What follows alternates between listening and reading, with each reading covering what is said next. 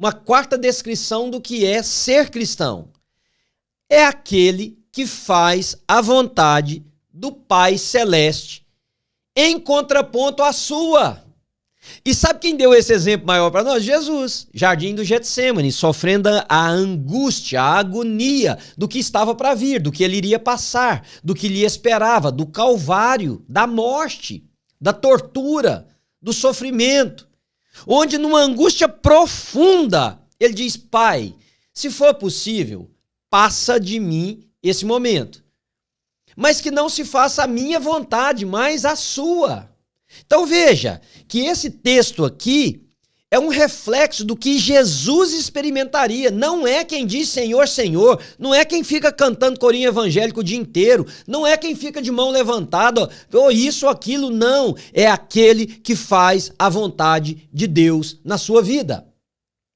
E a vontade de Deus, ela geralmente, ela vem contrário à nossa vontade, porque as nossas vontades, elas são carnais. Elas são influenciadas pelo pecado. Por exemplo, a minha vontade diz: o mais importante é que eu tenha. E eu começo a juntar de todas as maneiras e tirar inclusive dos outros, mas a vontade de Deus é que eu reparta. É que aquilo que eu vou adquirindo sirva para também produzir o bem para os outros. Venha trazer alívio para os outros. Veja, a vontade nossa é de que a gente esteja protegido, é de que a gente esteja bem. A vontade de Deus é que nós estejamos bem, é que nós estejamos protegidos. Não é singular, é plural.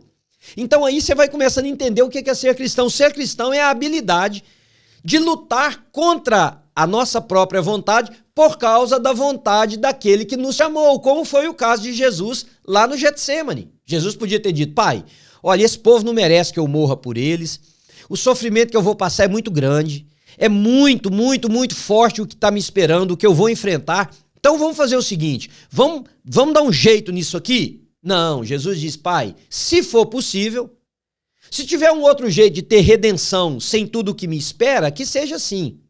Se tiver jeito de eu salvar essas pessoas sem ter que passar pelo que eu vou passar, que seja assim. Mas que faça a sua vontade e não a minha. O verdadeiro cristão, querido, ele coloca a vontade dele em segundo plano. O verdadeiro cristão, ele trata da vontade de Deus como sendo superior a todas as nossas. Então, hoje em dia, o pessoal tem uma fala que o discurso é bonito, mas na prática é vazio. Eu quero fazer a vontade de Deus. Falam muito isso. Mas continuam lutando, defendendo, agredindo, violentando, matando, para que a sua vontade aconteça, a vontade própria. Então luta pela sua própria proteção, luta pelo seu próprio ter, luta pelo seu próprio direito, luta pelo seu próprio...